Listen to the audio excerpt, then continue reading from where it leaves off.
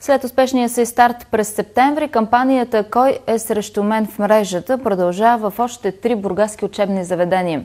Въпросите и проблемите относно сигурността на децата в интернет ще бъдат дискутирани в училищата Найден Геров, Петко Росен и Константин Петканов в комплекс Меден рудник.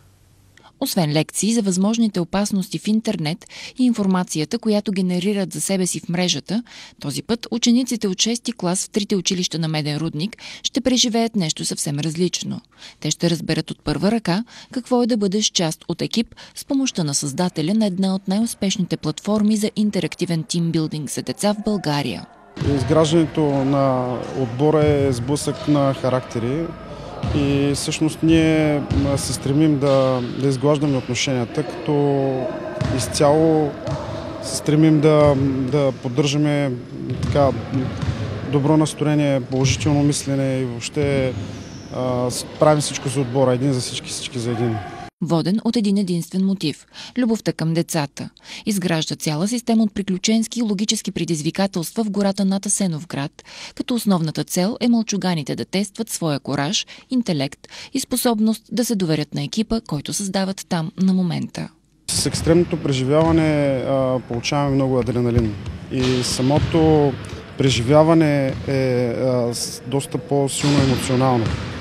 Това ни дава възможност да изпитаме съвсем различни чувства, докато сме в екстремното преживяване. Оттам насетне всичко е чувство и удоволствие от работата.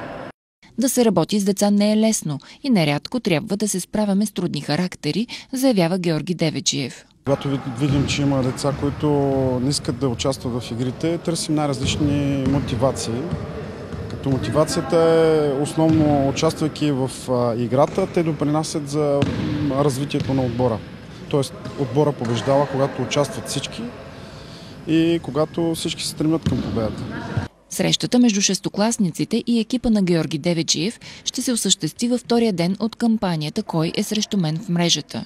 Интерактивният модул ще се проведе от 14 часа на 9 март в спортна зала Никола Станчев в Меден рудник.